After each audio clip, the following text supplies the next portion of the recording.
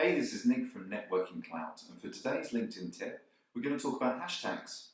Now, even though hashtags are widely used on the LinkedIn platform, a lot of people are still wondering what do they actually do, when should they be used, how can they benefit content, and of course, what mistakes should I avoid when using them?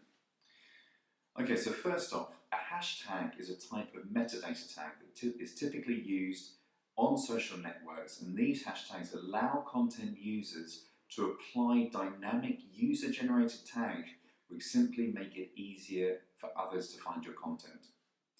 Now, historically, LinkedIn didn't support hashtags, but now the platform algorithm has changed, and it's therefore something we should all be thinking about when we share content.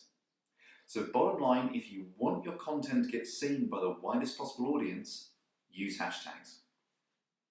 Now, the three biggest mistakes I see people making with LinkedIn hashtags are: 1, not using hashtags at all; 2, not using the right hashtags; and 3, adding far too many.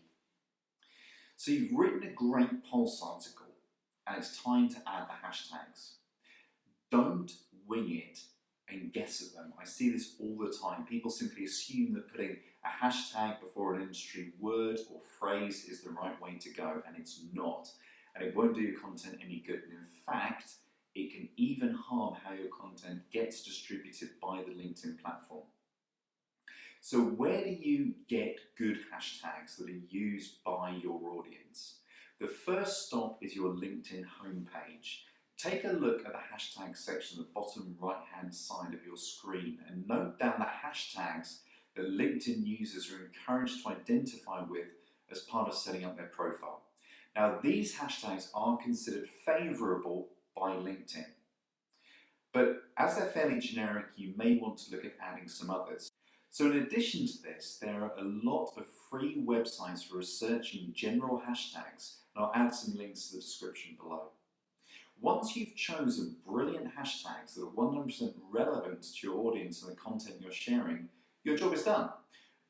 Remember though, to regularly revise the hashtags you're using, as sometimes they can be superseded or simply lose popularity. For my final thought, I'd recommend you select no more than 5 hashtags in total to add to your content shared to remain favorable to the LinkedIn algorithm. I hope this video has been helpful. Any questions, do please feel free to post them below or contact me directly. My details are on my LinkedIn profile. Good luck guys, have a great day, and happy hashtagging!